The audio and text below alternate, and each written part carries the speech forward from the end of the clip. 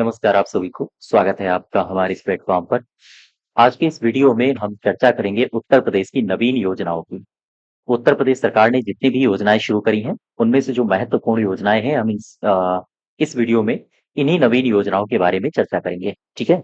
ये वीडियो आपकी जो आरओ एआरओ की परीक्षा होने वाली है या इसके अलावा यूपी ट्रिपल एससी की परीक्षाएँ होने वाली हैं, आपको पता होगा हर यूपी के एग्ज़ाम में उत्तर प्रदेश की इस समय योजनाएँ बहुत पूछी जा रही हैं। तो इस वीडियो में हम इन्हीं योजनाओं के बारे में पढ़ेंगे। इसके अलावा अगर आपको इस पूरे के पूरे सेगमेंट की आपको पीडीएफ चाहिए, तो आप पीडीएफ हमारे एप्लीकेशन से इसको डाउनलोड कर सकते हो। एप्लीकेशन की लिंक आपको डिस्क्रिप्शन बॉक्स में और साथ ही साथ कमेंट बॉक्स में मिल जाएगी। एप्लीकेशन में जब आप जाएँगे, तो वहाँ पर ई बुक का एक कॉलम बना हुआ है। आप उसी कॉलम से जाके इसकी पीडीएफ को डाउनलोड कर सकते हैं, ठीक है? इसके अलावा मैं इसको वीडियो को शुरू करूँ, उससे पहले 2-3 जानकारियाँ आपको दे दूँ। अगर आप किसी भी परीक्षा की तैयारी कर रहे हैं और आप चाहते हैं कि आप जीएस को डिटेल में पढ़ें, तो इसके लिए आपको हमारे एप्लीकेशन में सारे के सारे लगभग बैचेस मिल जाएँगे, जिसमें भारत का संविधान और राज्य व्यवस्था, ये अभी नया बैच शुरू हुआ है। अगर आप इससे जुड़ना चाहते हैं, तो केडी01 कूपन कोड का इस्तेमाल करके जुड़ सकते हैं। साथ ही साथ यूपी ट्रिपल एससी में कोई भी परीक्षा हो, यूपी ट्रिपल एससी के द्वारा कोई भी परीक्षा करवाई जाए, उसमें आपको पता होगा यूपी जीके और कंप्यूटर 35 अंकों का जो खंड है, पूछा जाता है। अब ऐसी स्थिति में अगर आपको यूपी जीके और कंप्यूटर की क्लासेस अटेम्प्ट करनी हो, तो आप इनको भी अटेंड कर सकते हो। ये भी आपको हमारे एप्लीकेशन पे मिल जाएँगी। अगर आप अलग-अलग यूपी जीके और कंप्यूटर के बैच लेना चाहते हैं, तो उसकी भी आपको पीडीएफ बैच और साथ ही साथ वीओडी यानी रिकॉर्डेड वीडियो फॉर्म में आपको क्लासेस मिल जाएँगी, हमारे एप्लीकेशन में, ठीक है? अगर आप यूपी स्पेशल बैच जॉइन करते हो, तो इसमें उत्तर प्रदेश की हर महीने की करंट अफेयर्स भी आपको प्रदान की जाती है। तो आप इसको ये सारे के सारे बैचेज़ हैं, आप चाहें तो इनमें एनरोल कर सकते हो। चलिए शुरुआत करते हैं उत्तर प्रदेश की नवीन योजनाओं के बारे में। उत्तर प्रदेश सरकार द्वारा चलाई जा रही योजनाएँ। इन योजनाओं को हम लोग डिस्कस करेंगे लेकिन अलग-अलग कैटेगरी वाइज़। जैसे उत्तर प्रदेश की सरकार महिलाओं और बच्चों के विकास के लिए बहुत सारी योजनाएँ चला रही है, तो उन योजनाओं को पढ़ेंगे। इसके अलावा एम्प्लॉयमेंट यानी रोज़गार को सृजित करने के लिए बहुत सारी योजनाएँ चलाई जा रही हैं सरकार के द्वारा, उनके बारे में डिस्कस करेंगे। और भी कई सारी योजनाएँ हैं, जो सरकार लगातार चला रही है और नई-नई योजनाओं को लॉन्च भी कर रही है। तो इन्हीं के बारे में डिस्कस करेंगे, लेकिन सबसे पहले हम लोग पढ़ने वाले हैं महिलाओं और बच्चों के विकास के लिए कौन-कौन सी योजनाएँ सरकार के द्वारा लॉन्च की गई हैं और इनके महत्वपूर्ण तथ्य, ठीक है? सबसे पहली योजना बाल श्रमिक विद्याधन योजना, इसके बारे में पढ़ेंगे।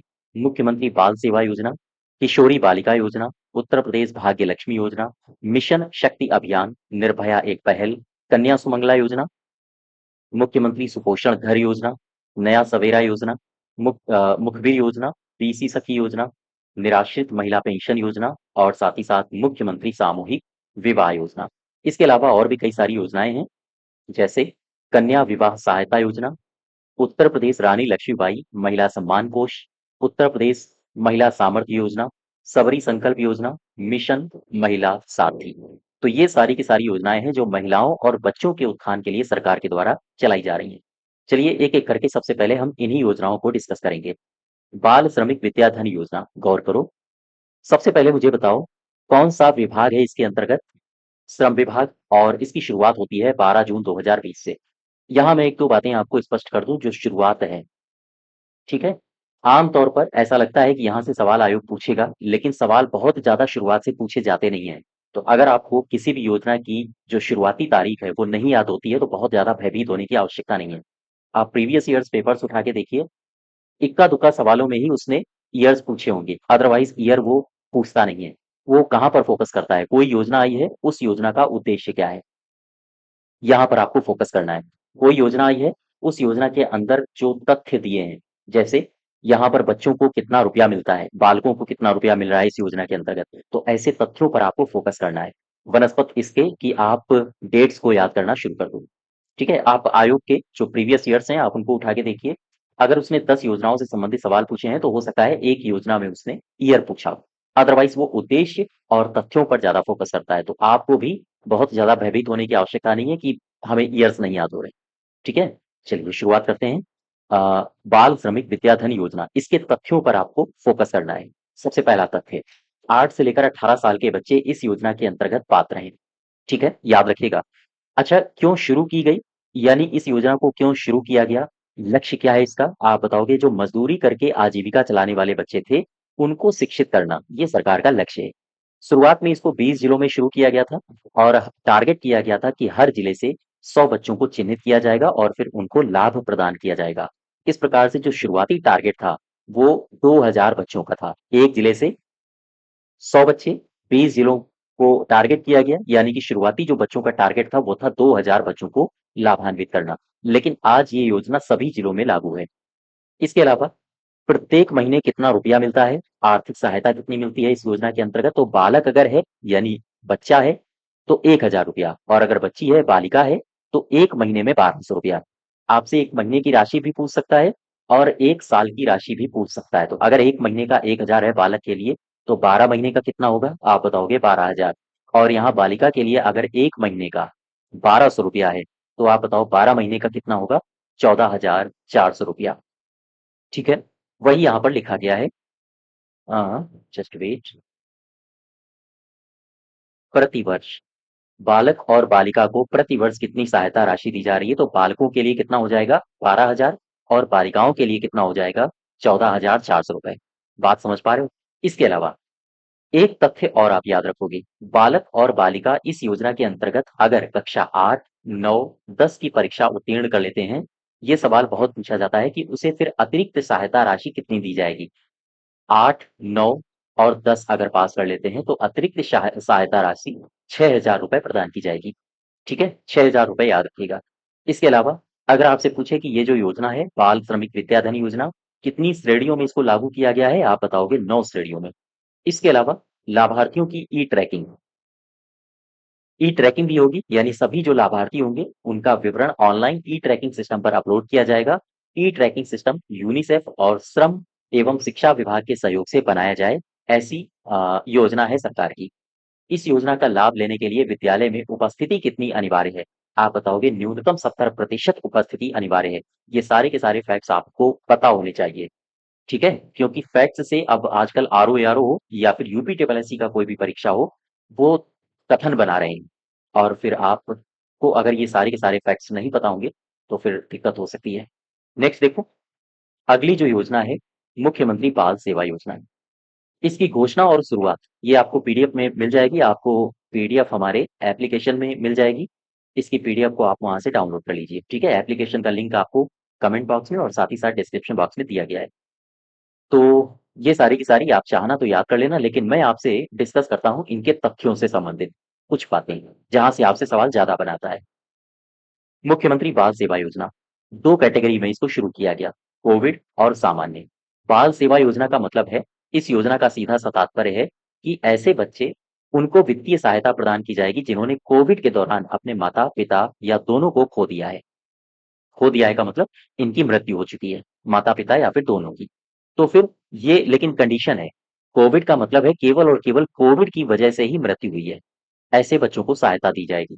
अच्छा, सामान्य क्या है? सामान्य मुख्यमंत्री बाल सेवा योजना सामान्य की एक ये विशेषता है कि इसमें जो माता-पिता या दोनों को खोया है बच्चों ने, वो कोविड से नहीं खोया है, किसी अन्य कारण से खोया है, यानी कि अन्य कारण से इनकी मृत्यु हुई है। अब ऐसी स्थिति में अगर मुख्यमंत्री बाल सेवा योजना कोविड के अंतर्गत आपसे पूछे सहायता राशि कितनी दी जाती है, तो आप बताओगे 0 से 18 साल तक के बच्चे इसमें टारगेट किए जाते हैं और सभी बच्चों को 4,000 रुपया प्रति माह की वित्तीय सहायता प्रदान की जाती है। कक्षा 12 तक की निःशुल्क शिक्षा के लिए अटल आवासीय विद्यालय ये बच्चों के लिए है और कस्तूरबा गांधी आवासीय विद्यालय ये बालिकाओं के लिए है। इनमें प्रवेश कराए जाने का प्रावधान भी है। कक्षा 9 या उससे ऊपर या व्यावसायिक शिक्षा प्राप्त करने वालों को लैपटॉप भी प्रदान किया जाएगा।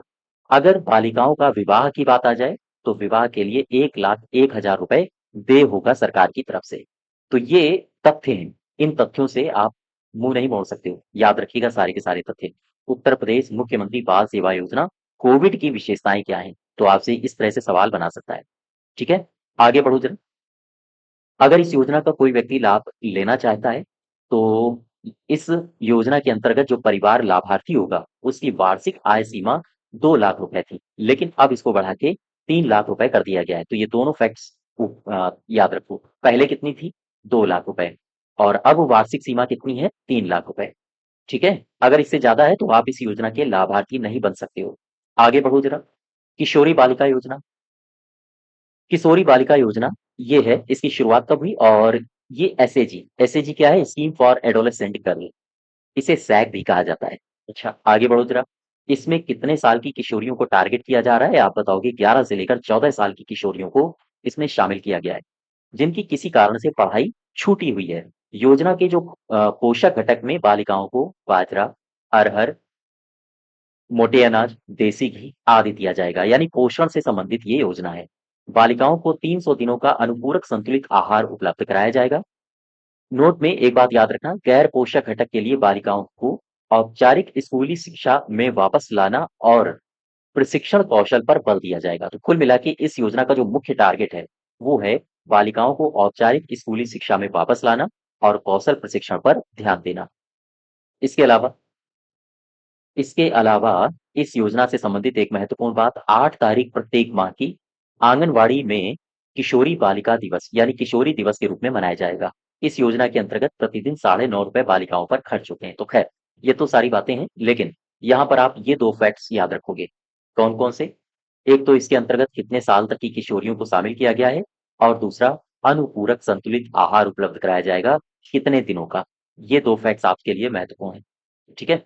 नेक्स्ट देखो, अगली योजना, उत्तर प्रदेश भाग्य लक्ष्मी योजना। इसकी शुरुआत होती है 2017 से। आप इसको याद रखो या ना रखो, ये आपकी मर्जी है, लेकिन उद्देश्य जरूर याद रखना। आर्थिक रूप से कमजोर परिवारों की बेटियों के जन्म के समय विवाह तक उनकी आर्थिक मदद करना, ये इसका लक्ष्य है। परिवार में 31 मार्च 2006 के बाद जन्मी 2 बेटियां और अगर वार्षिक आय 2 लाख रुपए या इससे कम हो, तो लाभार्थी लाभ का पात्र होगा इस योजना के अंतर्गत। इसके अलावा बेटी का जन्म होता है तो 50,000 रुपए का बॉन्ड जमा होता है, माता को 5100 रुपए की आर्थिक सहायता और इसके अलावा जब बेटी 21 साल की हो जाती है, तो माता-पिता को 2 लाख रुपए की आर्थिक सहायता भी प्रदान की जाती है। इसके अलावा एक योजना और है, मुख्यमंत्री सुपोषण घर योजना। मंजूरी कब हुई? नवंबर में। 10 जिलों में या 10 जिलों के 28 ब्लॉक मुख्यालयों में इसको चलाया गया। 28 मुख्यमंत्री सुपोषण घर स्थापित करने के लिए मंजूरी भी दे दी गई। तो बात है 10 जिलों की, तो ये 10 जिले कौन-कौन से थे? चित्रकूट, चंदौली, फतेहपुर, बहराइच, सोनभद्र, बलरामपुर, सिद्धार्थनगर, श्रावस्ती, सीतापुर और गोंडा। ठीक है? यहाँ तक बात समझ पा रहे हो? इस योजना के अंतर्गत स्वास्थ्य विभाग के सहयोग से अति कुपोषित बच्चों के लिए ब्लॉक सीएचसी, पीएचसी में मुख्यमंत्री सुपोषण घर स्थापित किए जाएंगे। अच्छा, मुख्यमंत्री सक्षम सुपोषण योजना, ये क्या है? तो बजट 2021-2022 में इसकी घोषणा हुई थी। उद्देश्य क्या है? यहाँ आपको फोकस करना है। सुपोषण, अच्छा पोषण मिले, अर्थात 5 साल तक के कम उम्र के बच्चों और 11 से लेकर 14 साल की बच्चियों के लिए पोषाहार दिया जाएगा। ये इसका मुख्य टारगेट है। लक्ष्य पर आपको ज़्यादा फोकस करना है, ठीक है? यही चीज़ें हैं जो आपको बार-बार रिपीट करनी है। नया सवेरा योजना, श्रम विभाग के अंतर्गत है और श्रमिक बच्चों को बाल श्रम से मुक्त करा के सामाजिक, शैक्षणिक और नैतिक विकास करना उनका मुख्य लक्ष्य है। इस योजना के अंतर्गत जो सहभागी विभाग हैं, वो कौन-कौन से हैं? चूँकि बच्चों का मसला है, तो बच्चों को शिक्षा भी देनी होगी, बाल एवं महिला विकास का भी काम होगा, ठीक है? इसके अलावा ग्राम्य विकास, पंचायती राज विभाग, इन सब का इसमें काम होगा। अच्छा, योजना का क्रियान्वयन, तो ब्लॉक स्तर पर बाल अधिकार संरक्षण समिति और जिला स्तर पर जनपदीय बाल श्रम उन्मूलन समिति ये योजना के क्रियान्वयन के लिए जिम्मेदार होंगे। एक योजना है मुखबिर योजना, ये इसका ईयर पूछा जा चुका है, ये आप याद रखिएगा, ये आपके लिए महत्वपूर्ण है।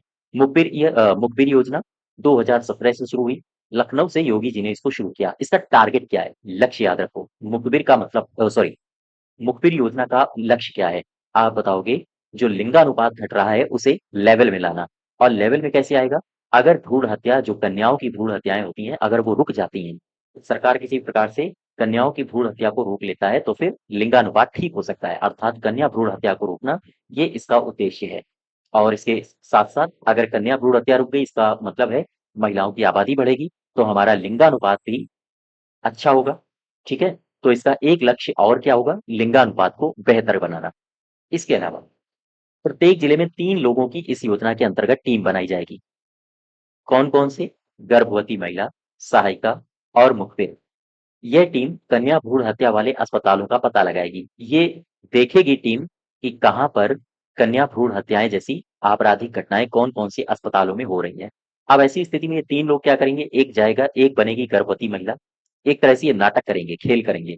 एक उसकी सहायिका बन जाएगी और एक बन जाएगा मुखबिर।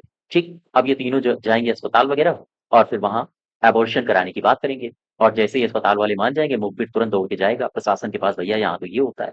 बस इसके बाद क्या है, इस मुखबिर को पैसा दे दिया जाएगा कि आपने बहुत अच्छा काम किया, और जो अस्पताल होगा उसके खिलाफ कानूनी कार्रवाई होगी। ठीक है। अ, जैसे कितना रुपया दिया जाएगा, 2 लाख रुपया इस टीम को पुरस्कार के स्वरूप मिलेगा, 60,000 रुपया मुखबिर रख लेगा, गर्भवती महिला को 1 लाख रुपए दे दिए जाएंगे और सहायिका को 40,000 रुपए दे दिए जाएंगे। लेकिन इसमें जान वगैरह की खतरा बहुत रहता है, तो जो सूचनाएं होती हैं इन तीनों लोगों की, प्रशासन उनको गुप्त रखता है। क्यों? क्योंकि आप सोच के देखो, किसी अस्पताल में आपने ताला लगवा दिया, आपकी 3 लोगों की टीम गई, प्रशासन ने वहां ताला लगा दिया, अब तो जो इसका मैनेजर होगा वो तो आपको हाँ, ढूँढ रहा होगा कि मिल जाओ बस किसी प्रकार से। एक मूवी देखी होगी आपने, गब्बर बैक वाली, है ना? तो वहाँ जिस प्रकार से ताला लगाता है, वगैरह-वगैरह। तो खैर आगे बढ़ूँ।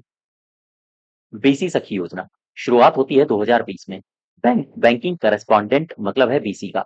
उद्देश्य क्या है? ये आप फोकस करोगे। ग्रामीण क्षेत्र में बैंकिंग सेवाओं को सर्वसुलभ बनाना। ठीक है? ये इसका लक्ष्य है। बीसी मतलब बैंकिंग, सी मतलब करेस्पॉन्डेंट। यहाँ तक बात समझ पा रहे हो? चलिए और आगे बढ़ो जरा। निराश्रित महिला पेंशन योजना। निराश्रित महिला पेंशन योजना, इस योजना में पति की मृत्यु के बाद इस योजना को, या हम कहें इस योजना के अंतर्गत लाभ लिया जा सकता है। योगी सरकार ने इसमें संशोधित दिशा निर्देश भी जारी किए हैं। पात्र लाभार्थियों को पेंशन 500 रुपया प्रति माह मिलता था, अब उसे बढ़ा के 1,000 रुपया प्रति माह कर दिया गया है।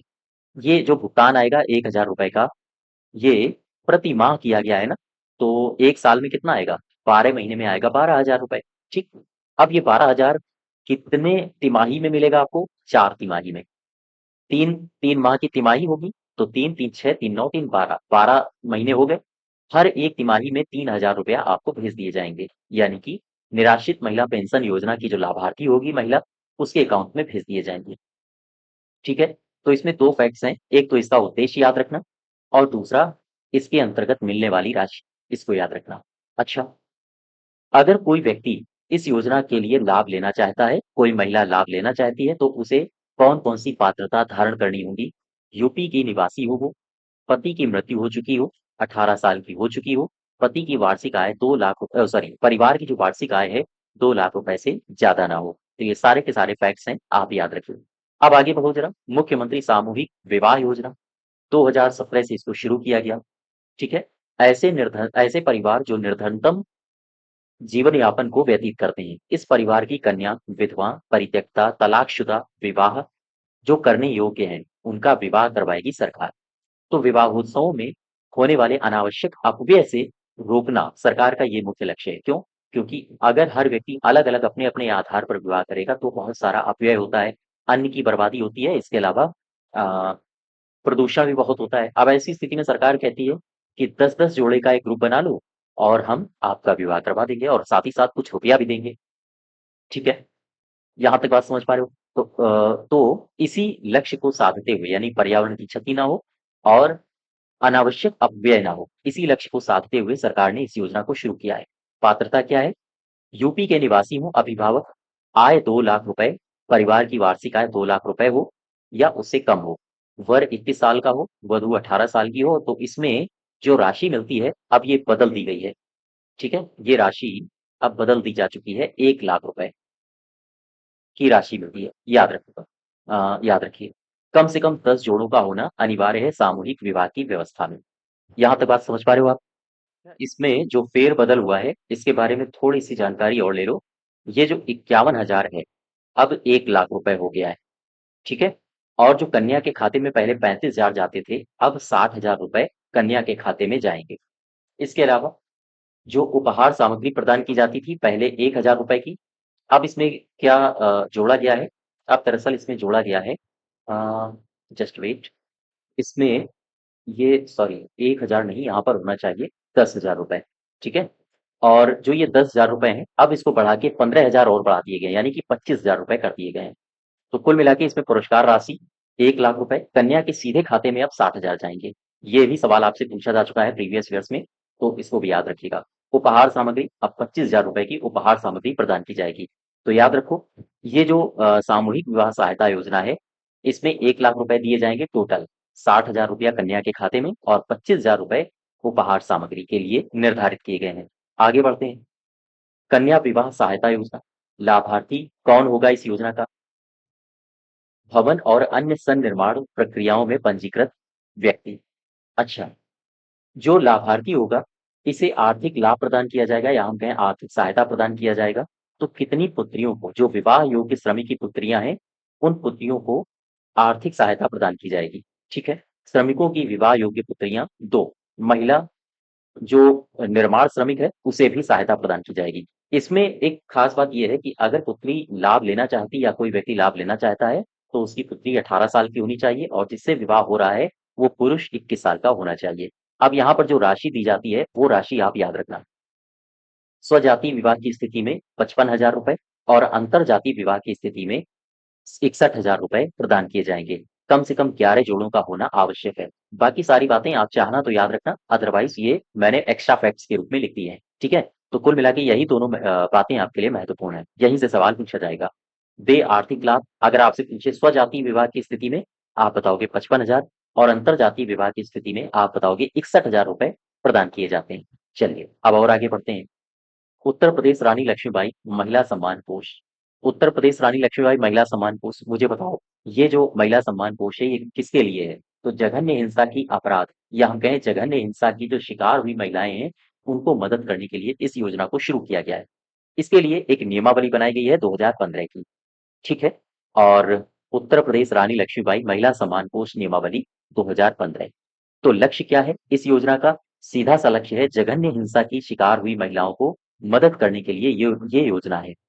यहां तक बात समझ पा रहे हो?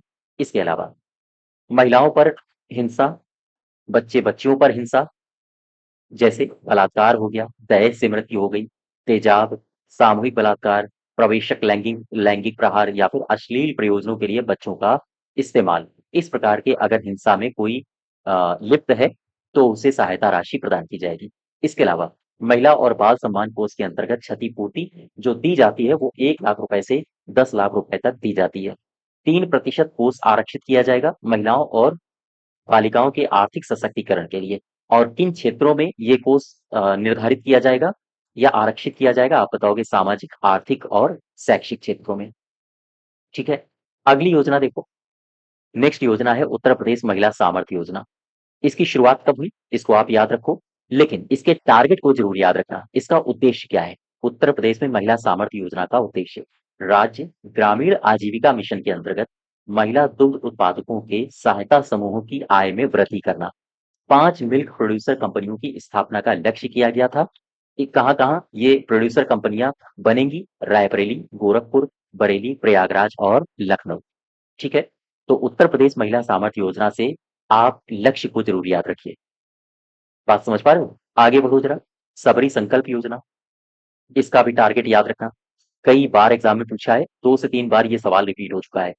न सिर्फ यूपी ट्रिपल एससी में बल्कि यूपी पीसीएस में इसको पूछ चुका है। इसके केवल और केवल उद्देश्य को शबरी संकल्प योजना 2017 में इसको शुरू किया गया। शबरी संकल्प योजना क्यों? कुपोषण को मिटाने के लिए, याद रखिएगा। सबरी संकल्प योजना का संबंध किससे है? तो आप बताओगे कुपोषण से। इसके अलावा मिशन महिला सारथी, मिशन महिला सारथी इस पहल की जो शुरुआत हुई थी अयोध्या से की थी योगी आदित्यनाथ ने 2023 में। 51 बसों को सीएम ने हरी झंडी दिखाई है मिशन महिला सारथी के अंतर्गत। इन बसों में जो चालक और परिचालक का कार्य होगा वो महिलाएं देखेंगी। ठीक है, इलेक्ट्रिक बस खरीदने पर सरकार 20 लाख रुपए इंसेंटिव्स देगी। तो ये कुछ तथ्य हैं इस योजना से संबंधित, मिशन महिला सारथी से, याद रखिएगा। नेक्स्ट देखो, मत्स्य विभाग यानी उत्तर प्रदेश सरकार में जो मत्स्य विभाग है वहां पर कौन कौन सी योजनाएं चलाई जा रही हैं प्रदेश सरकार के द्वारा। तो सबसे पहली योजना मुख्यमंत्री मत्स्य संपदा योजना, इसको आप पढ़ोगे। निषाद राज बोर्ड सब्सिडी योजना, इसको पढ़ोगे। मत्स्य पालक कल्याण कोष, इसके अलावा सघन मत्स्य पालन के लिए एयरेशन सिस्टम, मत्स्य पालन कल्याण कोष और साथ ही साथ माता सुकेता महिला मत्स्य पालक सशक्तिकरण या केज संवर्धन योजना। इन योजनाओं के बारे में आप पढ़ने वाले हो। तो सबसे पहले मुख्यमंत्री मत्स्य संपदा योजना को उठा लो। इसके शॉर्ट फॉर्म को याद रखना, आपसे पूछा जा सकता है, MMMSY। अच्छा, ये योजना क्यों शुरू की गई? तो याद रखो, एक योजना केंद्र सरकार ने शुरू की थी, प्रधानमंत्री मत्स्य संपदा योजना। इस योजना के अंतर्गत ग्राम सभा के पट्टे पर आवंटित तालाबों के लिए कोई परियोजना आई ही नहीं थी और इसी कमी को पूरा करने के लिए मुख्यमंत्री मत्स्य संपदा योजना को शुरू किया गया। कब से? 2022-23 से। इस योजना के अंतर्गत दो परियोजनाएं संचालित हैं। कौन कौन सी?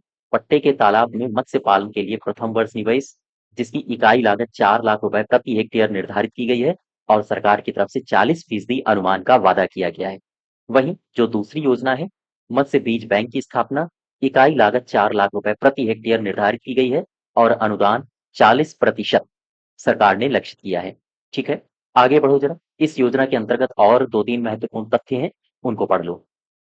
योजना 5 सालों के लिए 2022-23 से 2026-27 तक संचालित होगी। फंडिंग पैटर्न अगर आपसे इस योजना के अंतर्गत पूछे तो 60% लाभार्थी देगा, यानी 100 रुपए में 60 रुपए लाभार्थी देगा और 40% अनुदान होगा, यानी कि सरकार की तरफ से होगा। प्रति वर्ष 600 हेक्टेयर के हिसाब से अगले 5 सालों में 3000 हेक्टेयर जल आच्छादन का इसका लक्ष्य है। तो ये सारे के सारे फैक्ट्स आपके लिए महत्वपूर्ण है और खास तौर से फंडिंग पैटर्न, इसको मत भूलना। 60-40, 60 कौन देगा? लाभार्थी, और 40 कौन देगा? अनुदान, यानी कि सरकार। अच्छा, एक योजना की चर्चा हम और कर लें। योजना का नाम है निषाद राज बोट सब्सिडी योजना। मार्च 2023 में गाइडलाइन जारी हुई। उद्देश्य क्या है? मत्स्य पालकों को नाव, जाल, लाइफ जैकेट, आइस बॉक्स आदि पर 40% अनुदान देना। याद रखिएगा, ये आपसे पूछा जा सकता है, महत्वपूर्ण है। इसके अलावा योजना का कार्यान्वयन देख लो जरा। 67,000 सॉरी 0.67 लाख, यानी कि 67,000 रुपए की अधिकतम सीमा तक 40% अनुदान दिए जाने का प्रावधान सरकार ने किया। ठीक है, और इसमें किसमें अनुदान मिलेगा? तो वुडन, फिशिंग बोट, जाल, लाइफ जैकेट, आइस बॉक्स, इन सब के लिए अनुदान दिया जाएगा सरकार की तरफ से। लेकिन ध्यान दें, कितना प्रतिशत? आप बताओगे 40%। ठीक है, आगे बढ़ो। फंडिंग पैटर्न क्या है? अगर आपसे पूछे राज्य का अंश कितना होगा, आप बताओगे 40%, और लाभार्थी इसमें कितना इन्वेस्ट करेगा, आप बताओगे 60%। अच्छा, योजना की इकाई लागत में वृद्धि हर साल सरकार ने निर्धारित कर दी है कि 0.67 लाख रुपए मान लो इकाई लागत अभी है, तो हर साल इसमें 5-5% की बढ़ोतरी होगी। इसका मतलब 2023-24 में 5%, 24-25 में 5%, 25-26 में 5% और 26-27 में 5%। इसका मतलब है, अगर आपसे सवाल पूछे आयोग कि इस योजना के अंतर्गत 2026-27 तक योजना की इकाई लागत में कितने प्रतिशत की वृद्धि हो जाएगी, आप बताओगे 20%। अर्थात 2026-27 में इकाई लागत में कुल कितनी वृद्धि हो जाएगी सरकार के अकॉर्डिंग, आप बताओगे 20%। ठीक है, योजना के अंतर्गत प्रति वर्ष 3000 लाभार्थी, आगामी 5 सालों में 15,000 इसके लाभार्थी हो जाएंगे, यानी कि हर साल 3000 लाभार्थी होंगे इस योजना के। और सरकार कह रही है कि चूंकि 5 सालों के लिए इसको इम्प्लीमेंट किया गया है, तो 3-5-15, यानी 5 सालों में जो लाभार्थी होंगे वो 15,000 होंगे। यहां तक बात समझ पा रहे हो? चलिए अब और आगे बढ़ते हैं। अगली जो योजना है आपकी, वो है सघन मत्स्य पालन के लिए एरेशन सिस्टम की स्थापना। उत्तर प्रदेश के सभी जनपदों में ये संचालित है। परियोजना के अंतर्गत जो अनुदान है, 0.5 हेक्टेयर के तालाब में 2 हॉर्स पावर का एक एरेटर दिया जाएगा, और अगर 1 हेक्टेयर या उससे बड़े तालाब हैं तो 2 एरेटर दिए जाएंगे।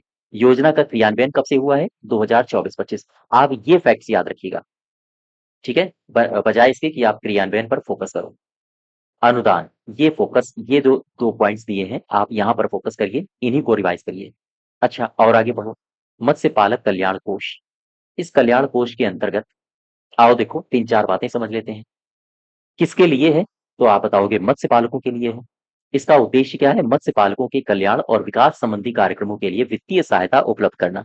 तो कोष से सहायता अलग अलग मदों पर अलग अलग तरीके से दी जाती है, अलग अलग राशि दी जाती है। जैसे दैवीय आपदा आती है, उससे क्षति होती है, तो उससे निपटने के लिए, या हम कहें मृत्यु पर सहायता प्रदान करने के लिए 4 लाख रुपए की व्यवस्था सरकार ने की है। ठीक, केवल और केवल आप यही पॉइंट याद रखो। इसके अलावा माता सुकेता महिला मत्स्य पालक सशक्तिकरण परियोजना, इसका उद्देश्य क्या है? तो आप बताओगे मत्स्य पालकों कल्याण कोष के अंतर्गत मछुआ परिवार की महिला को सशक्त बनाना, इसका मुख्य उद्देश्य है। दूसरा, मछुआ परिवार की महिलाओं को जलाशयों में केज स्थापित करके मत्स्य पालन के लिए अनुदान देना, ये भी इसका मुख्य लक्ष्य है। तो अब सवाल ये आया कि अनुदान मिलेगा कितना माता सुकेता योजना के अंतर्गत? एक केज की इकाई लागत अगर 3 लाख रुपए है, सरकार ने निर्धारित की है, तो अनुदान मिलेगा 60%। यानी अगर आपसे प्रतिशत में अनुदान पूछे तो आप बताओगे 60%, और अगर आपसे राशि में पूछ ले तो 3 लाख रुपए इकाई लागत है, 3 लाख का 60% निकाल लो, आंसर आ जाएगा 6 त्रिक 18, यानी कि 1.8, अर्थात 1.8 लाख रुपए अनुदान मिलेगा। प्रतिशत में पूछे तो 60%, और अगर रुपए में पूछे तो 1.8 लाख। अच्छा, इसमें फिर लाभार्थी अंश कितना होगा?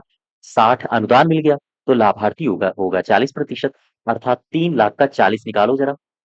3 लाख का 40%, 4 दिया 12, 1.2, यानी 1.2 लाख रुपए ये लाभार्थी अंश होगा। ठीक है, कोई कंफ्यूजन तो नहीं हुआ है? कंफ्यूज मत होना, ये फैक्ट आपके लिए महत्वपूर्ण है। ठीक है, यहां से स्टेटमेंट बनाए जा सकते हैं।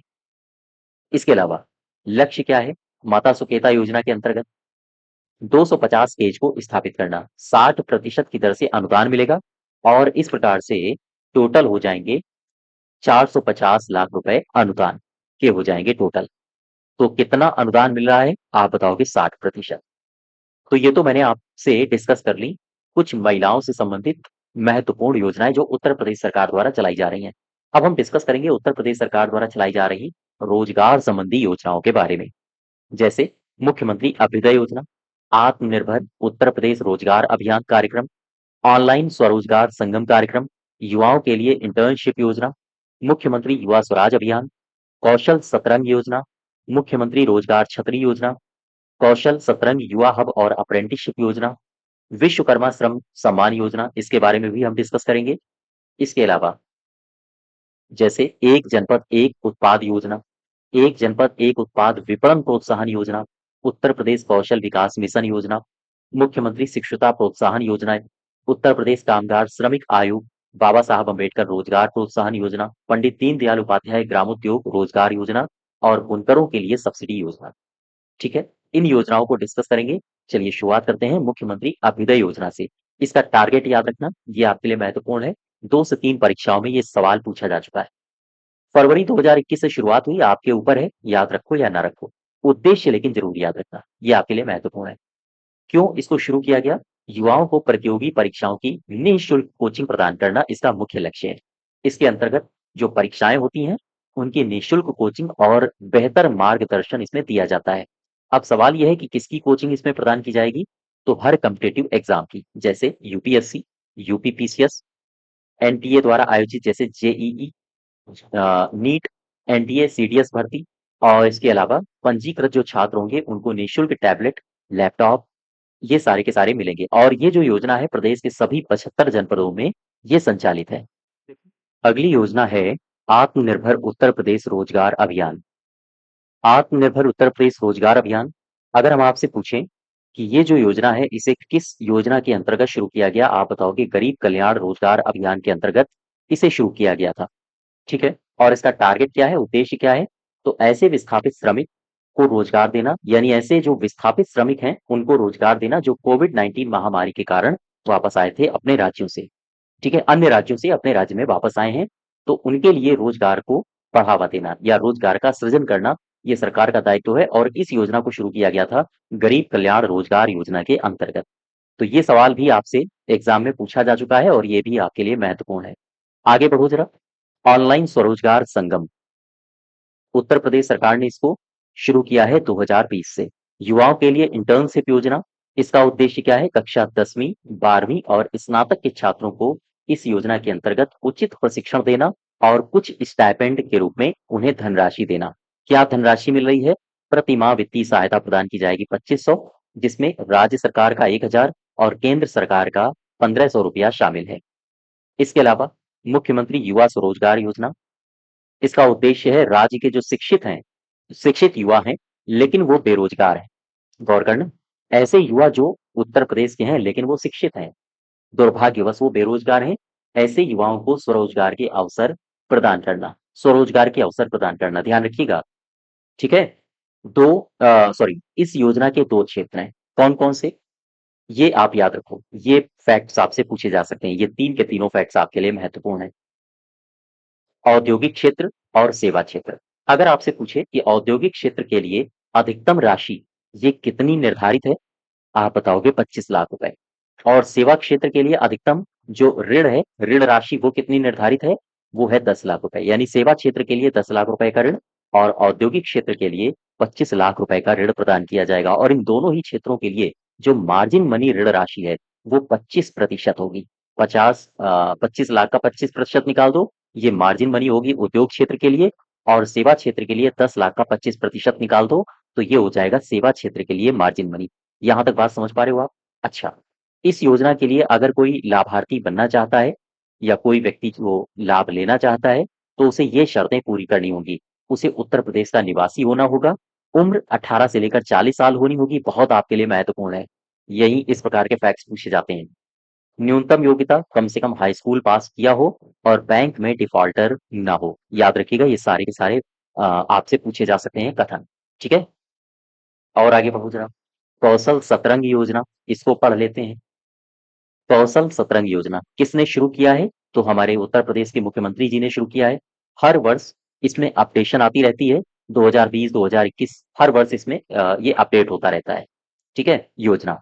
इसके अलावा एक कौशल विकास मिशन योजना है जिसके अंतर्गत युवाओं को विशेष प्रशिक्षण दिया जाता है।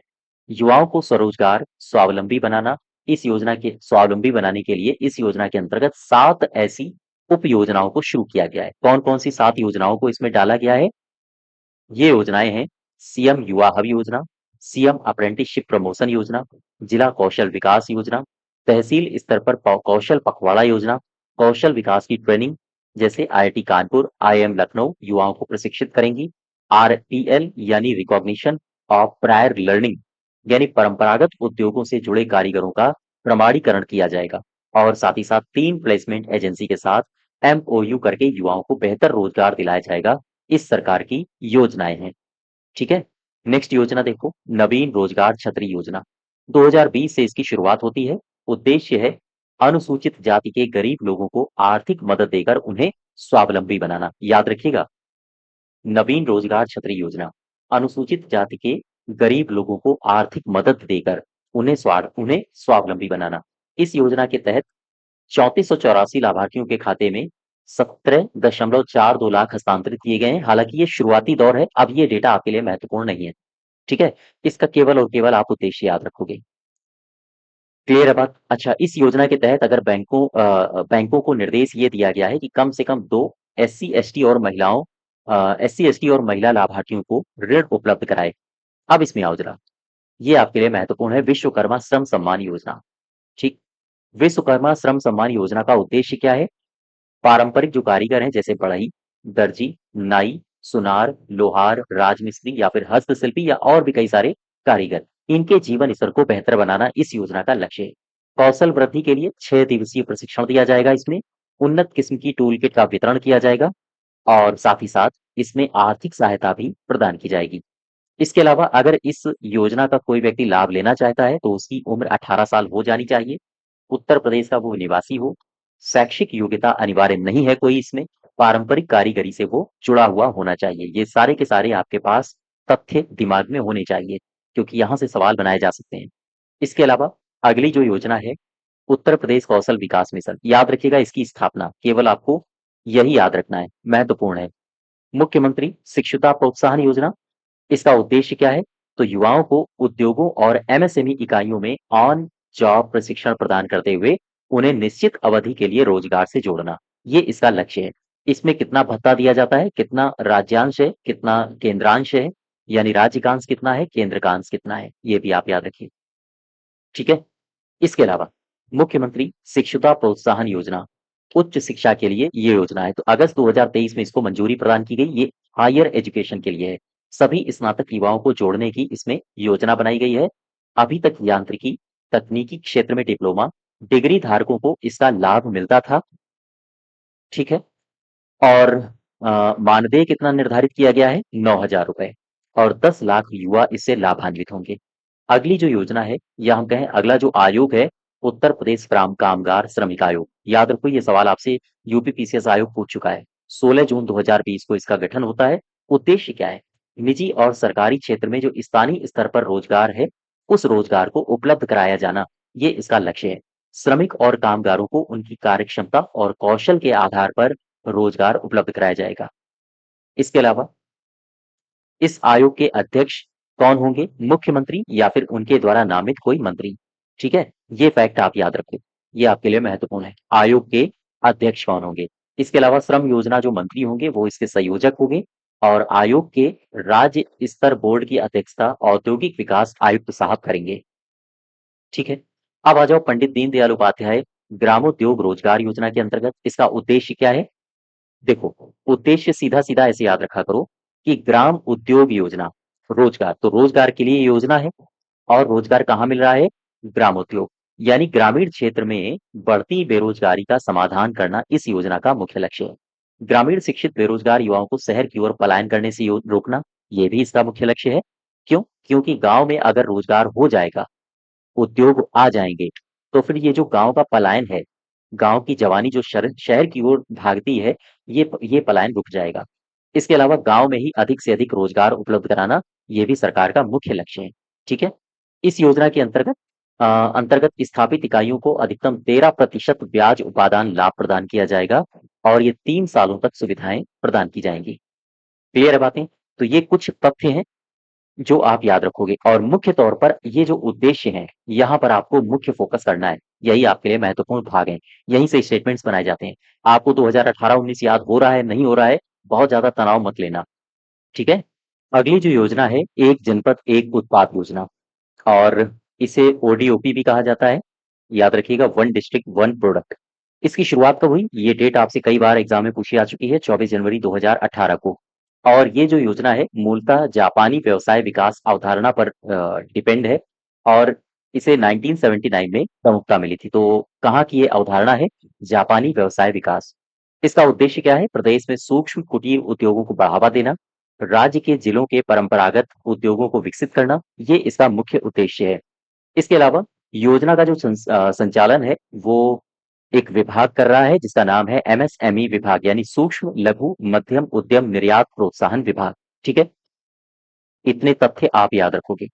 इसके अलावा एक योजना और है, एक जनपद एक उत्पाद विपणन प्रोत्साहन योजना। मेला और प्रदर्शनी में प्रतिभाग लेने पर आर्थिक सहायता उपलब्ध कराई जाएगी इस योजना के अंतर्गत।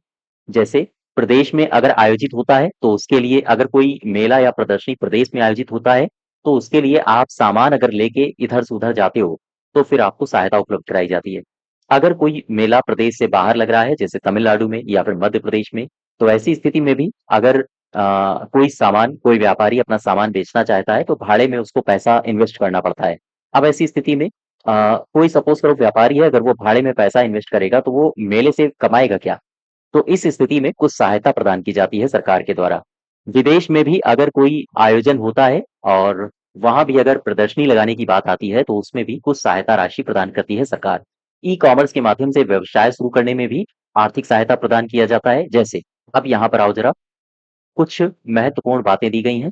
प्रतिभाग अगर लेता है स्टॉल का चार्ज 75% और अधिकतम 50,000 रुपए। इसके अलावा मेला स्थल तक माल ढुलाई पर आने वाले व्यय का 75% यानी कि 7500 रुपए ये आर्थिक सहायता उपलब्ध कराई जाती है।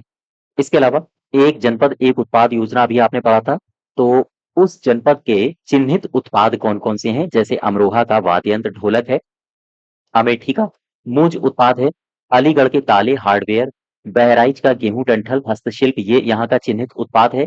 इसके अलावा बागपत का घरेलू सामान यानी कि जो घरेलू सजावटी सामान होते हैं मैं उनकी बात कर रहा हूँ। बाराबंकी का हथकरघा उद्योग है।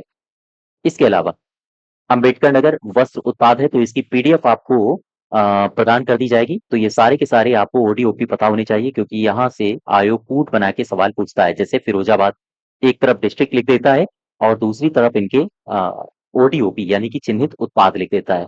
तो इस प्रकार से सवाल आपसे पूछता है। ठीक है? नेक्स्ट योजना देखो।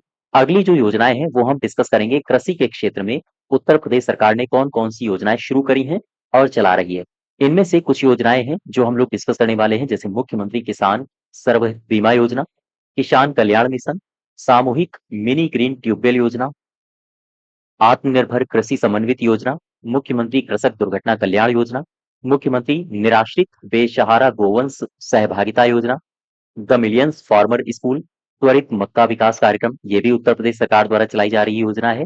पंडित दीनदयाल उपाध्याय किसान समृद्धि योजना, ठीक है? इसके अलावा और भी कई सारी योजनाएं हैं। वर्मी कंपोस्ट इकाई स्थापना योजना, मुख्यमंत्री खेत सुरक्षा योजना, उत्तर प्रदेश राज्य बीज प्रमाणीकरण संस्था, कृषक समृद्धि आयोग और उत्तर प्रदेश किसान उदय योजना। तो ये कुछ योजनाएं हैं जो कृषि के क्षेत्र में सरकार के द्वारा चलाई जा रही हैं। आओ इन योजनाओं को एक एक करके देखते हैं। सबसे पहले मुख्यमंत्री किसान एवं सर्वहित बीमा योजना। 2016 में अखिलेश सरकार ने यानी अखिलेश यादव जी ने इसको समाजवादी किसान एवं सर्वहित बीमा योजना के माध्यम से, या हम ये कहें इस योजना के नाम से इसको लागू किया था। और यह योजना पूर्व में संचालित कृषक दुर्घटना बीमा योजना के स्थान पर शुरू की गई थी। इसके बाद अखिलेश सरकार ने योजना के संचालन की जो भागडोर थी, वो संस्थागत वित्त विभाग को सौंप दी थी। इसके अंतर्गत जो सहायता राशि दी जाती है, पूर्ण या मृत्यु की स्थिति में, यानी पूर्ण दिव्यांगता अगर हो गई है या फिर मृत्यु की स्थिति में, जो बीमा राशि है 5 लाख रुपए प्रदान किए जाते हैं। दुर्घटना के बाद इलाज के लिए 2.5 लाख रुपए, कृत्रिम अंग के लिए 1 लाख रुपए की सहायता इसमें प्रदान की जाती है। तो ये आप इस सहायता पर फोकस करिए, आपसे पूछी जा सकती है। इसमें उम्र क्या होगी, यानी जो व्यक्ति लाभ लेना चाहेगा इस योजना के अंतर्गत, उसकी उम्र कितने साल से कितने साल के बीच में होनी चाहिए? तो आप बताओगे 18 से लेकर 70 साल के बीच में लाभार्थी को होना चाहिए। और परिवार की जो वार्षिक आय है 75,000 रुपए से भी कम है, तो फिर आप इसके पात्र हैं, यानी इस योजना का आप लाभ लेंगे। किसान कल्याण मिशन 2021 यानी 6 जनवरी 2021 को इसकी शुरुआत होती है। उद्देश्य क्या है? किसानों की आय को दोगुना करना। और सामान्यतया इस योजना को 75 जिलों के प्रत्येक विकास खंड में इसका आयोजन किया गया है। और इसकी शुरुआत कहाँ से होती है? लखनऊ से। योगी जी ने इसकी शुरुआत की थी। किसानों के लिए मेले आयोजित किए जाएंगे और साथ ही साथ उन्हें प्रशिक्षण दिया जाएगा। ये इस योजना का की पॉइंट है, या हम कहें लक्ष्य। अगली जो योजना है सामूहिक मिनी ग्रीन ट्यूबवेल योजना। अच्छा, इस योजना में, या हम कहें ग्रीन ट्यूबवेल योजना को लघु सिंचाई कार्यक्रम के अंतर्गत शुरू किया गया है। ठीक है, 2019-20 से इसे प्रस्तावित किया जा रहा है। और इसके अंतर्गत कुछ महत्वपूर्ण बातें कौन कौन सी हैं? लघु और सीमांत श्रेणी के कम से कम 10 कृषकों के समूह के लिए नलकूप बनवाए जाएंगे, जो कि सौर ऊर्जा चालित होंगे। नलकूपों की स्थापना का कार्य ये करेगा लघु सिंचाई विभाग, और सोलर पंप की स्थापना का कार्य कृषि विभाग करेगा। यहां तक बात समझ पा रहे हो? इसके अलावा 69 मीटर गहरे नलकूप तक बनाए जाएंगे इस योजना के अंतर्गत। तो कुछ ये महत्वपूर्ण तथ्य हैं जो आप याद रखो, आपसे स्टेटमेंट बना के पूछे जा सकते हैं। अगली योजना है आत्मनिर्भर कृषक समन्वित योजना। गौर करना, इस योजना का उद्देश्य क्या है? घोषणा हुई है 2021 में। इसका उद्देश्य है किसानों की आय को दोगुना करना। इसके अलावा अगले 5 साल यानी 2026 तक 1000 एफपीओ स्टैब्लिश करना, ये इस योजना का मुख्य लक्ष्य है। इसके अलावा मुख्यमंत्री कृषक दुर्घटना कल्याण योजना, इसके बारे में भी आपने पढ़ा होगा। राज्य के कृषकों को सामाजिक सुरक्षा प्रदान करने के लिए 2020 में इसको शुरू किया गया। लेकिन याद रखिए, शुरू तो किया गया है 2020 में, लेकिन प्रभावी इसको किया गया है पिछली तारीख से। और ये पिछली तारीख कौन सी है? 14 सितंबर 2019। याद रखो, कई सारी ऐसी योजनाएं होती हैं जिनको आज जैसे सरकार ने शुरू किया, और सरकार फिर उनको अनाउंस करती है कि इसको लागू हम आज से नहीं करेंगे, इसको लागू हम करेंगे 1 जनवरी 2025 से। ठीक है, तो कुछ नहीं, उसके जो लाभ होते हैं लाभार्थियों को 1 जनवरी 2025 से दे दिए जाते हैं, बस इतना सा फर्क है। तो 2020 में इसकी शुरुआत हुई थी, लेकिन इसको जो प्रभावी बनाया गया है तो सितंबर 2019 से प्रभावी बनाया गया है। फायदे क्या है इसके? योजना के अंतर्गत अगर दुर्घटनावश मृत्यु या दिव्यांगता को प्राप्त हो जाता है कोई किसान, तो 5 लाख रुपए मिलेंगे। 100% वित्त पोषण इसमें सरकार करेगा, और साथ ही साथ जो लाभार्थी की उम्र है वो है 18 से लेकर 70 साल तक। ठीक है, इसके अलावा मुख्यमंत्री निराश्रित बेसहारा गोवंश सहभागिता योजना 2019 में कैबिनेट ने इसको मंजूर किया था।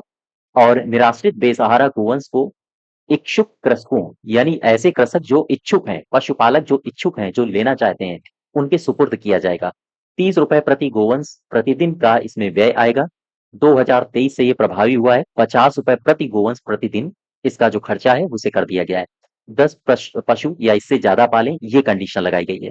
इसके अलावा एक योजना और है, इस योजना का नाम है द मिलियंस फार्मर स्कूल। याद रखिएगा 2017 से इसको लॉन्च किया गया था। किसान पाठशाला भी इसे कहा जाता है। यह एक कृषि विस्तार प्रशिक्षण कार्यक्रम है। इसमें कृषकों को प्रशिक्षण दिया जाता है, खेती का प्रशिक्षण। ठीक है, एक योजना है त्वरित मक्का विकास कार्यक्रम, 2014-24 में एक स्वीकृत हुई थी। 4 वर्षीय योजना है और 11 लाख मीट्रिक टन से अधिक उत्पादन का इसमें लक्ष्य रखा गया है। इसके अलावा पंडित दीनदयाल उपाध्याय किसान समृद्धि योजना 2017 से इसकी शुरुआत मानी गई है। बुंदेलखंड के 7 जिलों को छोड़कर शेष 68 जिलों में इसको लागू किया गया है। उद्देश्य क्या है? ग्रामीण क्षेत्र में बीहड़, बंजर, जल भराव वाली जो भूमि है, उन भूमि को कृषि योग्य बनाना, कृषि मजदूरों की आजीविका को बढ़ाना, ये इसका मुख्य टारगेट है। यहाँ तक बात समझ पा रहे हो आप? ठीक है।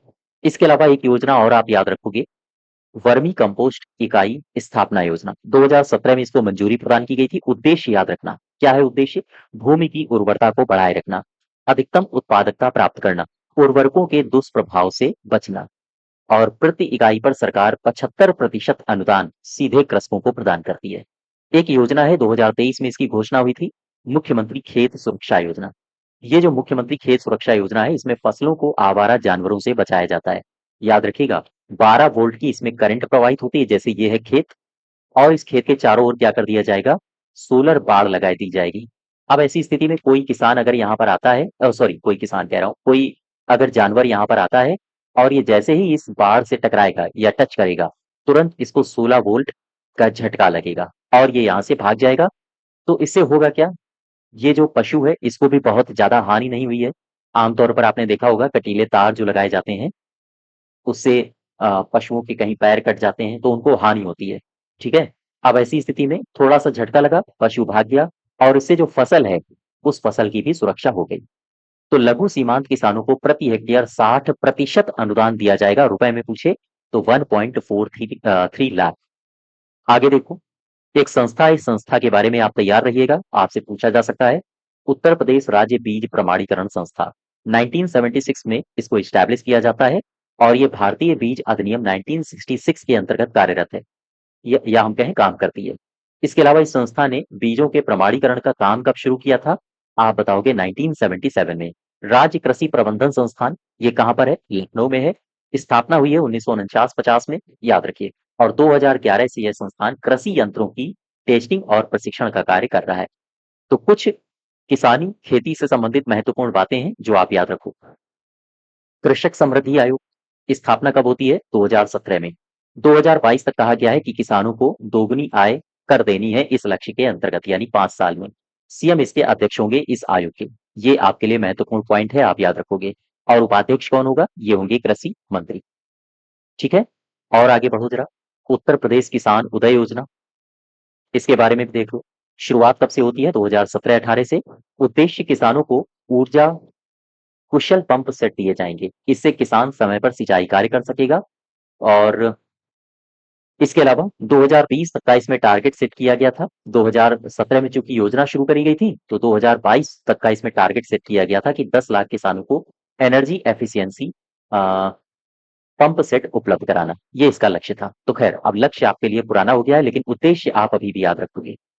उत्तर प्रदेश किसान उदय योजना के अंतर्गत ऊर्जा कुशल पंप सेट प्रदान किए जाते हैं। आगे बढ़ो जरा। अगली योजना क्या है? प्रशिक्षित कृषि उद्यमी स्वावलंबन एग्री जंक्शन योजना, क्रियान्वयन 2015-16 में। और उद्देश्य केवल आप याद रखोगे। ठीक है। किसानों को उनके फसल उत्पादों के लिए वन स्टॉप शॉप के माध्यम से सेवाएं देना। अगले 5 सालों के लिए इस योजना को बढ़ाया गया है। 2026-27 तक इसे बढ़ा दिया गया है, और 1000 एग्री जंक्शन केंद्र स्थापित करने का लक्ष्य भी है। ठीक है। और इसके अलावा प्रदेश के सभी जनपदों में ये योजना लागू है।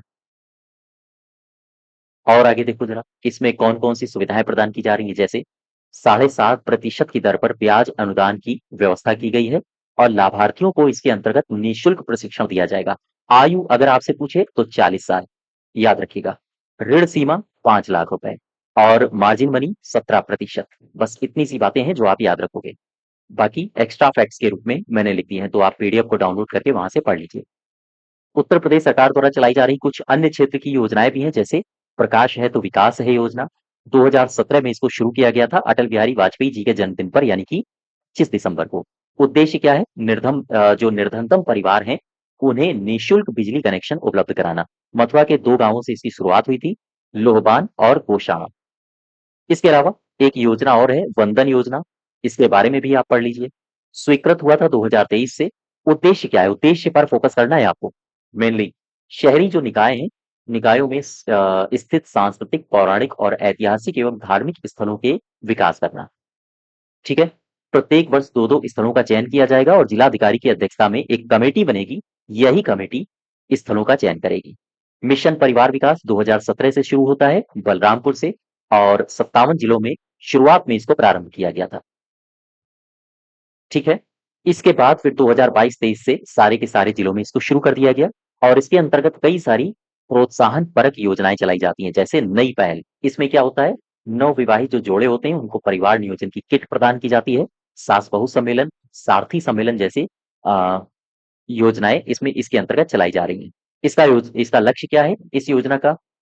तो जनपदों की जो प्रजनन दर है उसमें कमी लाना, अर्थात आबादी को कंट्रोल करना। एक योजना है हॉट कुक्ड मील योजना, 24 नवंबर 2023 से शुरू किया गया अयोध्या के कंपोजिट स्कूल से। इसके जो ये तथ्य हैं, इन तथ्यों पर आपको फोकस करना है, आपसे पूछे जा सकते हैं। योजना के प्रमुख तथ्य, आंगनवाड़ी में 3 से 6 साल के बच्चों को पौष्टिक भोजन देना। ठीक, प्रत्येक लाभार्थी को प्रतिदिन 70 ग्राम खाद्यान्न पके भोजन के रूप में दिया जाएगा। याद रखो, ये फिगर आप याद रखोगे। प्रतिदिन कितने ग्राम खाद्यान्न पके भोजन के रूप में मिलेगा? तो आप बताओगे 70 ग्राम। 80 लाख बच्चों को लाभ मिलेगा। 35 जिलों के लिए 3401 आंगनवाड़ी केंद्रों की आधारशिला रखी है, जिसमें लगभग 403 करोड़ रुपए का खर्च आएगा। इस योजना को क्रियान्वित करने के लिए कौन-कौन से विभाग सामने आए हैं? तो बाल विकास विभाग, बेसिक शिक्षा, पंचायती राज और साथ ही साथ नगर विकास और खाद्य और रसद विभाग, ये सारे के सारे विभाग मिलके इस योजना के लिए काम कर रहे हैं। इसके अलावा मुख्यमंत्री जन आरोग्य योजना 2019 से इसको प्रभावी किया गया है। गरीबी रेखा से नीचे जो जीवन यापन करते हैं, ऐसे परिवार जो प्रधानमंत्री जन आरोग्य योजना का लाभार्थी बनने से चूक गए हैं, वो सारे के सारे लोग इस योजना का लाभ लेंगे। फिर से समझो मैं क्या कह रहा हूं। मैंने कहा कि मुख्यमंत्री जन आरोग्य योजना केंद्र की तरफ से पहले से ही चलाई जा रही है, जिसका नाम है प्रधानमंत्री जन आरोग्य योजना। ऐसे व्यक्ति जो इस योजना के लाभार्थी बनने से चूक गए हैं, तो राज्य सरकार ने कहा है कि आप लोग चिंता मत करिए, हम आपके लिए मुख्यमंत्री जन आरोग्य योजना को शुरू करते हैं। ये पूरी तरह से राज्य द्वारा वित्त पोषित है। इसके अंतर्गत 5 लाख रुपए कैशलेस इलाज की निःशुल्क व्यवस्था की जाती है। ठीक है, आगे बढ़ो जरा। उत्तर प्रदेश मातृभूमि योजना के बारे में पढ़ो। पंचायती राज विभाग की योजना है। शहरी क्षेत्र और ग्रामीण क्षेत्र में ये चलाई जा रही है। धन राशि का वहन अगर आपसे पूछे तो 60-40 के रूप में होता है इस योजना के अंतर्गत। यानी उत्तर प्रदेश मातृभूमि योजना में जो धनराशि का वहन है वो 60-40 का रेशियो में हो रहा है। ठीक है। इसके अलावा गांव में सुविधा संपन्न लोग जो शहरों में या विदेशों में रह रहे हैं, गांव में अगर वो विकास करना चाहते हैं तो अपना योगदान कर सकते हैं। मातृभूमि योजना के प्रभावी क्रियान्वयन के लिए उत्तर प्रदेश मातृभूमि सोसाइटी का गठन किया गया है। सोसाइटी की गवर्निंग काउंसिल के अध्यक्ष और उपाध्यक्ष क्रमशः मुख्यमंत्री और पंचायती राज मंत्री होंगे। ये भी पॉइंट आपके लिए महत्वपूर्ण है। इसके अलावा एक योजना है मुख्यमंत्री दुर्घटना बीमा योजना। प्रस्ताव 2022 में आया था। असंगठित क्षेत्र के जो पंजीकृत श्रमिक हैं, उन श्रमिकों को मुख्यमंत्री दुर्घटना बीमा योजना के तहत आर्थिक लाभ दिया जा रहा है और इसमें 6 श्रेणियों में लाभ दिया जाता है। ये सारी की सारी श्रेणियां मैंने लिख दी हैं। ठीक है, आप इनको याद रखो। ये श्रेणियां हैं, इनको आप याद रखिएगा। स्थायी दिव्यांगता होती है तब कितना राशि मिलेगा, और स्थायी दिव्यांगता की स्थिति में साथ ही साथ एक हाथ, एक पैर, एक आंख अगर आपने गवा दिया है, आपने का मतलब है सॉरी, मतलब किसानों ने, उस स्थिति में दुर्घटना बीमा के रूप में कितनी राशि दी जाएगी। ठीक है, तो ये सारा का सारा डेटा लिखा हुआ है, आप यहाँ से पढ़ लीजिए। इसके अलावा एक योजना और है, मुख्यमंत्री सूक्ष्म उद्यमी दुर्घटना बीमा योजना। ये जो सूक्ष्म उद्यमी दुर्घटना बीमा योजना है, इसकी शुरुआत होती है 2023 से। बीमा कवर कितना दिया जाएगा? 5 लाख रुपए। और उम्र सीमा 18 से लेकर 60 साल। अगर कोई व्यक्ति 18 से लेकर 60 साल के रेंज में आ रहा है तो वो इस योजना का लाभ का पात्र होगा। और इसके अलावा लाभान्वित जो एमएसएमई उद्यमी है, उनके लिए जो राशि निर्धारित की गई है 90 लाख रुपए। ठीक है, नेक्स्ट देखो, मुख्यमंत्री पर्यटन विकास सहभागिता योजना। पर्यटन विकास सहभागिता योजना 2023 में स्वीकृत की गई। उद्देश्य याद रखना, यह आपके लिए महत्वपूर्ण है। प्रत्येक विधानसभा क्षेत्र से एक स्थल को उच्च स्तरीय पर्यटन स्थल के रूप में विकसित किया जाएगा। ठीक है, और परियोजना लागत का 50% वित्त पोषण कौन देगा? पर्यटन विकास द्वारा दिया जाएगा या पर्यटन विभाग द्वारा दिया जाएगा। परियोजना की न्यूनतम और अधिकतम धनराशि कितनी होनी चाहिए? 25 लाख और 5 करोड़। इस फिगर को भी याद रखना। नेक्स्ट देखो, पंचायत उद्योग। दरअसल अगर हम आपसे पूछें कि उत्तर प्रदेश में पंचायत उद्योग योजना का सूत्रपात कब हुआ था? 1961 में। और इस प्रकार का जो पहला पंचायत उद्योग था उसकी इस्टेब्लिशमेंट कहाँ हुई थी? चिनहट पंचायत उद्योग लखनऊ। ठीक है। और ये जो पंचायत उद्योग हैं 1961-62 में पंचायत उद्योगों द्वारा पंचायत राज अधिनियम के अंतर्गत संयुक्त समितियां स्थापित करके कारोबार शुरू किया गया था। ये 1961-62 की बात हो रही है। तो इस योजना का सूत्रपात कब हुआ था? 1961 में। आगे देखो, कुछ श्रम विभाग उत्तर प्रदेश का है, इसके द्वारा कुछ योजनाएं चलाई जा रही हैं, जैसे मातृत्व शिशु एवं बालिका मदद योजना। लाभ कितना मिलता है? 6,000 रुपए। शिशु हुआ है तब उस स्थिति में यानी शिशु जो पुत्र है 20,000 रुपए, और अगर पुत्री है तो उस स्थिति में 25,000 रुपए का लाभ मिलता है, आर्थिक लाभ। आगे देखो जरा, कन्या विवाह सहायता योजना। समजाति विवाह की स्थिति में 55,000 रुपए, अंतरजातीय विवाह की स्थिति में 61,000 रुपए, सामूहिक विवाह की स्थिति में 65,000 रुपए। बस ये की पॉइंट्स हैं, आपको केवल और केवल की पॉइंट्स पर ही फोकस करना है। बहुत ज्यादा बातों को यहाँ पर नहीं लिखा गया है, ठीक है। ये शॉर्ट नोट्स हैं, आपको आपकी जो परीक्षा होने वाली है आरओ की, उसमें रिवीजन करने में ये सहायक होंगे। शौचालय सहायता योजना, 2 समान किस्तों में 12,000 रुपए होना चाहिए। यहाँ पे 12,000 रुपए दिए जाते हैं, ठीक। इसमें पहली किस्त में 6,000 रुपए और दूसरी किस्त में यहाँ भी आपको 6,000 रुपए प्रदान किए जाएंगे, याद रखिएगा। महात्मा गांधी पेंशन योजना 60 वर्ष बाद दी जाती है, या 60 वर्ष बाद इस योजना का लाभ ले सकोगे, और इसमें 1,000 रुपए प्रति माह पेंशन दी जा रही है। इसके अलावा निर्माण कामगार मृत्यु एवं दिव्यांग सहायता योजना, मृत्यु की दशा में अंत्येष्टि व्यय पर 25,000 रुपए दिए जाते हैं। ज्योतिबा बाई फूले श्रमिक कन्यादान योजना, श्रमिक का वेतन 15,000 से ज्यादा ना हो, अगर ऐसी स्थिति है तो आर्थिक सहायता 51,000 रुपए मिलेंगे। फिर से समझ लो, ज्योतिबा बाई फूले श्रमिक कन्यादान योजना, जो लाभार्थी होगा, जो श्रमिक होगा, कहा गया है कि शर्त यह है कि उस श्रमिक का जो वेतन है 15,000 रुपए से ज्यादा ना हो मासिक। इसके अलावा आर्थिक सहायता फिर ऐसी स्थिति में कितनी दी जाएगी श्रमिक कन्यादान योजना के अंतर्गत? 51,000। आगे योजना कह रही है कि राजा हरिश्चंद्र श्रमिक मृतक अंत्येष्टि सहायता योजना, श्रमिक का जो वेतन है 15,000 रुपए प्रति माह होना चाहिए, और ऐसी स्थिति में फिर आर्थिक सहायता दी जाएगी 10,000 रुपए। आगे बढ़ो जरा, डॉक्टर एपीजे अब्दुल कलाम श्रमिक प्राविधिक शिक्षा सहायता योजना, डिग्री पाठ्यक्रम के लिए 25,000 रुपए निर्धारित हैं, डिप्लोमा के लिए 15,000 रुपए निर्धारित हैं, और सर्टिफिकेट कार्यक्रम के लिए 10,000 रुपए निर्धारित हैं। ये आर्थिक सहायता दी जाती है इस योजना के अंतर्गत। नेक्स्ट देखो, महादेवी वर्मा श्रमिक पुस्तक क्रय धन, ये लिखा है क्रय क्रय धन योजना। इसमें जो श्रमिक का वेतन होना चाहिए 15,000 रुपए मासिक हो, तो फिर जो उसके बच्चे हैं उनको जो आर्थिक सहायता मिलती है बड़ा स्नातक अभ्यर्थी को, वो मिलती है 7,500 रुपए। ठीक है, याद रखिएगा ये दोनों राशि। मैक्सिमम वेतन कितना होना चाहिए? 15,000 रुपए मासिक। और ऐसी स्थिति में फिर सहायता राशि कितनी दी जाएगी बड़ा स्नातक अभ्यर्थी को? 7,500 रुपए। श्रवण कुमार श्रमिक पुस्तक क्रयधन योजना, इसमें 12,000 रुपए सहायता राशि के रूप में दिए जाते हैं। इसके अलावा एक योजना है पर्यावरण से संबंधित, इसको भी याद रखो, ये भी योजना कई बार पूछी गई है। वीर अब्दुल हमीद वन वन्यजीव संरक्षण पुरस्कार योजना कब से शुरू हुई है? 2012-13 से। उद्देश्य क्या है? वृक्षारोपण करना और वन्य जीवन और पर्यावरण संरक्षण के लिए कार्य करने वाले को इसमें पुरस्कृत किया जाता है। इसके अलावा एक योजना है हरित पट्टी विकास कार्यक्रम, 2013-14 से शुरू हुई है। वन विभाग के वित्त पोषण से 2012-13 से वित्त पोषण इस योजना के अंतर्गत कराया जा रहा है। ये शब्द आपने सुना होगा, एसपीएम निवास। एसपीएम का मतलब क्या है? एसपीएम का मतलब है श्यामा प्रसाद मुखर्जी निवास। ये कहाँ पर है? आप बताओगे, जोका कोलकाता में। निवास का पूरा नाम क्या है? निवास का पूरा नाम है national institute of water and sanitation. याद रखिएगा, सवाल पूछा जा सकता है। इसके अलावा ग्राम उजाला योजना मार्च 2021 से शुरुआत होती है। पहले सरकार ने उजाला योजना, बाद में ग्राम उजाला योजना को शुरू किया। 2015 में सरकार ने यानी केंद्र ने उजाला योजना की शुरुआत की। गांव में इस योजना की पहुंच न होने के कारण सरकार ने 2021 से बिहार के आरा में फिर ग्राम उजाला योजना को शुरू किया। अच्छा, क्या मुझे बता सकते हो कि इस योजना को लागू करने की एजेंसी कौन सी है?